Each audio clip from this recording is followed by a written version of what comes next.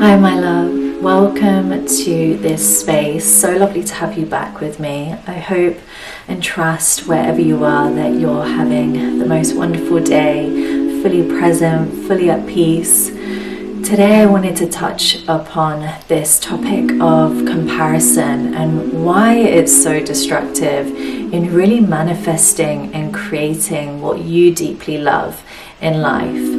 And I'm sure you've heard that saying that comparison is the thief of all joy, which it truly is. It definitely holds some substance to that quote, because when we're comparing, we're really saying to ourselves that our journey is worthless, that it hasn't been worth the challenges, the highs, the lows, the totality of our journey up until this point.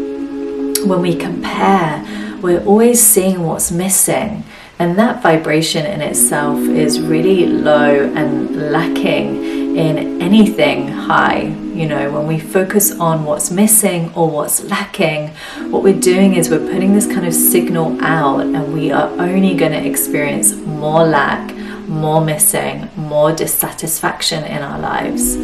So there's this idea of like attracts like, with resonance, with frequency. And also beyond that, it takes you away from your focus, because you're born into this beautiful vessel which is totally unique to you. And it's up to us on our journey to really uncover what are my gifts in life and how can I share them in a way that not only adds value but is really coming from this space of being in service. Being of service is far greater than anything else, and being of service is really what creates community and connection, and that is like the real fiber and essence of what our soul is here to experience and to really enjoy. So when we come back into alignment with really tuning in and tapping into, okay, what are my gifts? What are the unique treasures that I hold within my being that I get to share in my own unique way? It's really allowing you to put those kind of blinkers on. You know, when you see racehorses and they've got those kind of shutters either side of their eyes so that all they see is the path ahead. That is powerful.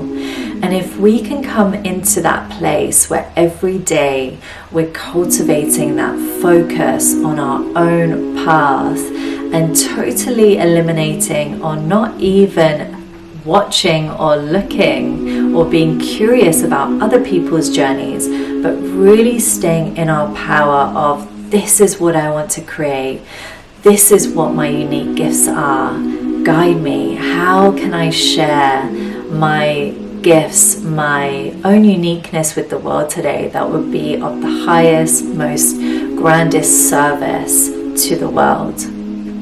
Coming from this place not only creates a sense of wholeness and completeness within you, but it's very grounding. And when we're grounded, we can actually then magnify and magnitude our energy out into the world and call forward more powerfully what it is we want to create, or whatever it is we want to call forward to experience in this life. So letting go of the seduction of comparison, because that's what it is. You go on your phone, you have a conversation, there's this seduction around comparison, this idea of separation. Separation not only from yourself, as in wanting something that someone else may have, but also a separation from your path, a separation from your unique gifts, and separating yourself from actually really tuning in on that.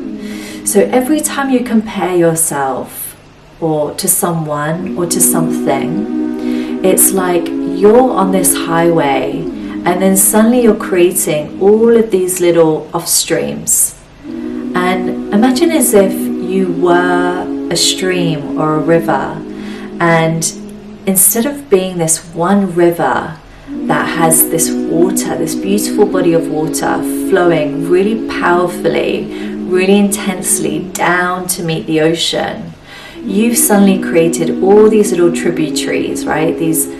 All these little different streams and off streams of water either side of the river, and that weakens the flow, right? It weakens the force of the main river flowing down to meet the ocean. And yes, like, it's very easy to go down the rabbit hole and to see something in someone and be like, oh, maybe I want that, or maybe I want this, or to get distracted. And the beauty is, when you do witness yourself doing this, can you come back to the body of your river? Can you come back to remembering and appreciating, seeing how beautiful these other things are, or these other beings are, but also coming back to, okay, and what is my path? Okay, and what are my gifts? And how do I get to express my gifts with the world in my own unique way? So that is the gift for today. Letting go of comparison, letting go of needing to look outside of yourself for inspiration or for guidance. Instead, really tuning into yourself, your intuition, and allow this seed and this beauty of sitting in your beingness to inform the doing, to inform the action. Act from an inspired place versus acting from a fearful, reactive, or lacking place.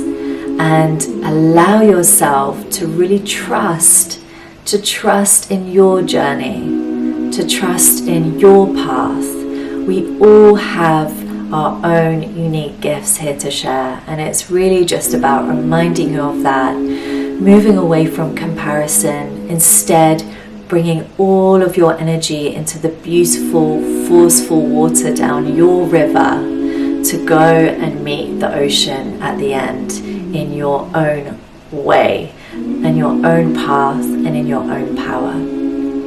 So tune into, what are all the ways on a daily basis that you're maybe not, but maybe leaking your energy out to other things, to these other trinkets or seductions of comparison? And when we can take note of that, maybe it's being on your phone, maybe it's scrolling through Instagram, maybe it's seeing photos somewhere, maybe it's this temptation to go back to the past, whatever it may be, just allow yourself the space to see all the ways throughout the day that maybe you're giving your energy into comparison or into the past. And seeing in those moments, if you can catch yourself and come back into your seat of your power and back into creating from your path. So this may be as simple as choosing not to scroll through your phone, or choosing specific times when you check your phone or when you check your emails. So instead of being available throughout the whole day, you set aside maybe certain time segments. Maybe you decide that I'm only going to go on social media when I have something to share or when I'm responding to messages, but my intention is not to look through if you know that that's a place where you can get easily caught up in comparison. Or maybe it's, I'm going to decide to only check my email once a day, and that's going to be between this time and this time. And you can inform people around you of this as well, so that if something's urgent, they can call you or they can get in contact with you directly, but otherwise you will be replying around this time frame. And so limiting and setting up these little boundaries for yourself until you just feel like it's no longer needed, right? Everything gets to set up parameters until we no longer need the parameters, until we've cultivated this way of being that's deeply ingrained in us, so that we know that, yes, we may look, but it's more of like a looking and a celebration of that person, and a celebration of how that person is actually expressing themselves in the world, versus coming back into this mindset of comparing and then feeling this sense of lack or unworthiness within ourselves. So little tools to just help you on your journey.